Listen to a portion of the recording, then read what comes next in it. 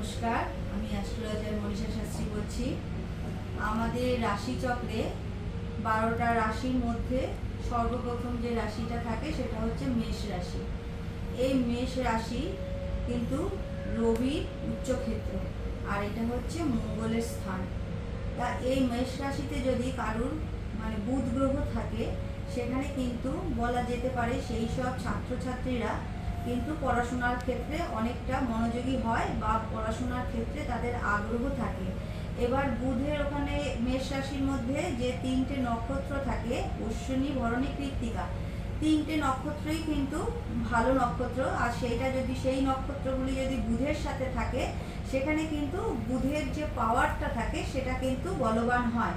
কিছু কিছু সময় দেখা যায় বুধের পাশে কেতুর নক্ষত্রটা মানুষের মনকে কিছুটা বিভ্রান্তিকর করে, কিন্তু সেখানে দাঁড়িয়েও কিন্তু বুধ ওখানে থাকলে ভালো ফল দেয়। কিন্তু মেষ রাশিতে খালি একটা বুধের গ্রহ হিসাবেই তো বিচার করা সম্ভব না, সেখানে আরও 8টা গ্রহ বিচার করতে হবে, কোথায় আছে বা কোন নক্ষত্রে আছে সেগুলো কিন্তু দেখার দরকার। তবু যদি মেষ রাশিতে বুধ থাকে, সেখানে কিন্তু এই সব ছাত্রছাত্রীরা নানান দিকে কিন্তু তাদের প্রতিভার প্রকাশ ঘটাতে পারে। মেষ রাশি স্বভাবতই একটুখানি মনে হয় এটা জেদি প্রকৃতির রাশি, তা হলেও কিন্তু এরা নিজেদের প্রতিযোগিতামূলক পরীক্ষায় বা কর্মক্ষেত্রে বা পড়াশোনার ক্ষেত্রে এরা কিন্তু নিজেদের সাফল্য অর্জন করতে পারে। যে কোনো রাশি লগ্নের ক্ষেত্রেই কিন্তু বুধ, বৃহস্পতি, শুক্র এইসব গ্রহ যদি লগ্নে থাকে বা লগ্ন থেকে চতুর্থ, পঞ্চম, সপ্তম, নবমে থাকে, তাহলে কিন্তু পড়াশোনার জায়গাটা ছাত্রছাত্রীরা কমপ্লিট করতে পারে ভালোভাবে। অনেক সময় দেখা যায় যেসব ছাত্রছাত্রীরা মাধ্যমিক পর্যন্ত ধরুন ভালো রেজাল্ট করেই পাশ করলো, কিন্তু উচ্চ শিক্ষার ক্ষেত্রে যখন গেল, তখন কিন্তু দেখা যায় পড়াশোনার প্রতি আগ্রহ বা পড়াশোনার প্রতি যে ভালো লাগাটা ছিল, আস্তে আস্তে সেই জিনিসটা কিন্তু অনেক সময় দেখা যায় গ্রহ নক্ষত্রের কারণে নষ্ট হয়ে যায়। আমাদের পড়াশোনার সময় ছাত্রছাত্রীদের দেখতে হবে সেই সময় তাদের দশাটা কি চলছে। দশাটা যদি পজিটিভ হয়, দশাটা যদি বুধ, বৃহস্পতি, শুক্র, চন্দ্রের হয়, তাহলে কিন্তু বলা যেতে পারে যে পড়াশোনায় তারা কিন্তু সাফল্য পাবে। অনেক সময় দেখা যায় যে মাধ্যমিক পর্যন্ত তো পড়াশোনা করলো, তারপর তারা কোন স্ট্রিম নিয়ে পড়াশোনা করবে। সব বাবা মাই চায় তাদের ছেলেমেয়েরা, বেশিরভাগ বাবা মারা চায় সায়েন্স নিয়ে পড়ুক, কিন্তু হয়তো নিল সায়েন্স, কিন্তু হঠাৎ করে দেখা যায় যে তারা সেই জায়গাটা কন্টিনিউ করতে পারলো না বা তাদের ভালো লাগলো না, কারণ তাদের রাশিচক্রে হয়তো সায়েন্সের যোগটাই নেই, সেখানে হয়তো কমার্স বা আর্টস আছে। তা সেখানে গিয়ে কিন্তু হঠাৎ করে পড়াশোনার জায়গায় তাদের ব্রেকআপ চলে আসতে পারে বা ইয়ার লসও হয়ে যেতে পারে। তাই এই সবগুলো কিন্তু আমাদের রাশিচক্রটাকে যখন বিচার বিশ্লেষণ করা যায়, তখন কিন্তু জানতে পারা যায়। আবার অনেক সময় এরকমও দেখা যায় যেসব ছাত্রছাত্রীরা ধরুন টিউশনে যাচ্ছে বা বাড়িতে পড়ছে, টিউশনে গিয়ে যখন এক্সাম হয়, সেই এক্সামে ভালো রেজাল্ট করছে, বাড়িতেও তারা মনোযোগ দিয়ে পড়াশোনা করছে, কিন্তু যখন এক্সাম হলে যাচ্ছে বা স্কুলের পরীক্ষায় যাচ্ছে, সেখানে গিয়ে যখন রেজাল্ট আসার সময় হচ্ছে বা লেখার সময় হচ্ছে, সেই সময় কিন্তু তারা মনোযোগ দিয়ে সেই লেখাটা লিখতেও পারছে না বা রেজাল্টটা ঠিক সেইভাবে আনতে পারছে না।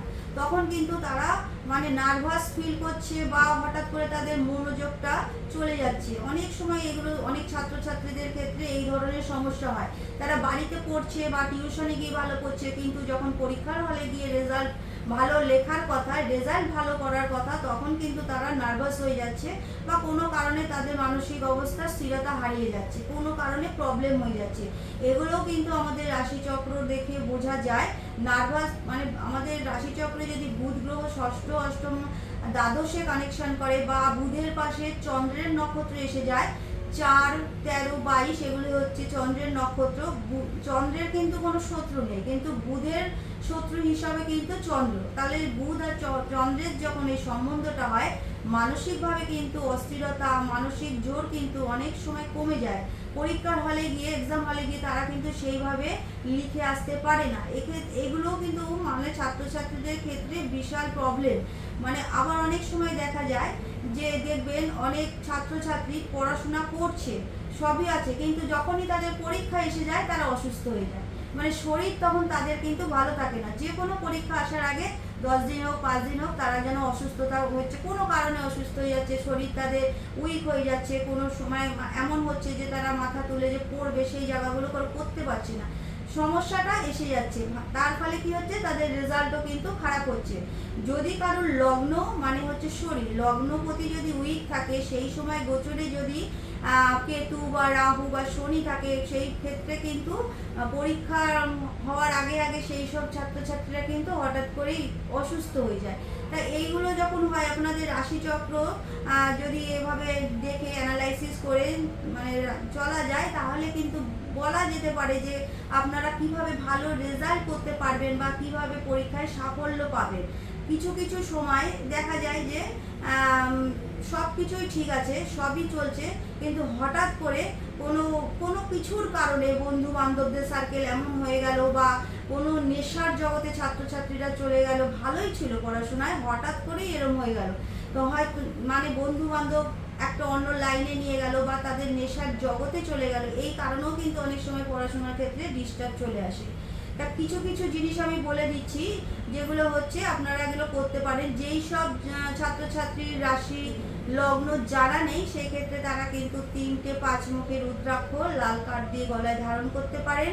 তারপরে প্রত্যেক বুধবার গণেশজিকে কিন্তু আপনারা 5টা করে ধূপ দিয়ে অর্পণ করতে পারেন এবং ওম গং গণপত্যায় নম মন্ত্রটা 21 বার করে বলতে পারেন। আচ্ছা, তারপরে যখন আপনারা পড়তে বসবেন, পড়ার সময়টা পড়ার যে দিক সেটা হচ্ছে পূর্ব দিক আর উত্তর দিক হলেই ভালো। তারপরেও আপনারা কিন্তু কখনো শুয়ে পড়বেন না, শুয়ে পড়াশোনা করবেন না, সবসময় বসে পড়ার চেষ্টা করবেন। আর যে টেবিলের উপরে আপনারা বসে পড়বেন, সবসময় সবুজ ক্লথ ব্যবহার করবেন। কিন্তু কর্কট রাশি লগ্ন আর বৃশ্চিক রাশি লগ্ন আপনারা কিন্তু সাদা কাপড়ের ওপরেই আপনাদের খাতা বই রাখার চেষ্টা করবেন। তারপরে ছাত্রছাত্রীরা যখন পড়তে বসবেন, তখন ওই মন্ত্রটা 108 বার বলে তারপরেই আপনারা কিন্তু পড়তে বসবেন। তারপরেও যেটা আপনারা করবেন, সবসময় চেষ্টা করবেন একটু ছাত্রছাত্রীদের ক্ষেত্রে একটু আর্লি মর্নিংয়ে ঘুম থেকে ওঠা।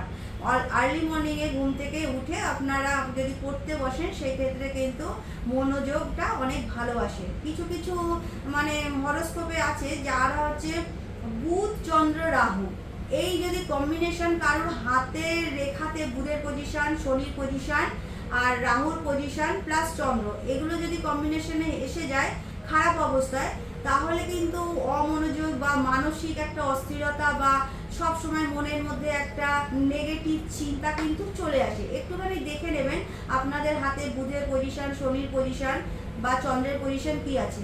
যদি এগুলো নেগেটিভ থাকে, দেখবেন কিছু কিছু মানুষ আছে এক কথা 10 বার বলে, এক কথা 50 বার বলে, তবুও তারা বোঝাতে পারে না। এই ক্ষেত্রে কিন্তু বুধ শনি রাহুর কম্বিনেশনটা তাদের হরোস্কোপে বা হাতের জায়গায় ডিস্টার্ব আছে। সেই জায়গাগুলো একটু দেখে নেবেন। আলটিমেট মানে হাতই বলুন আর হরোস্কোপই বলুন, একটু অ্যানালাইসিস করে দেখে নেবেন কি কন্ডিশনে আছে। যদি আপনারা জানতে পেরে যান কিভাবে আছে, সেগুলোর থেকে কিন্তু আপনারা বিচার করে প্রতিকার করে ভালো থাকতে পারবেন।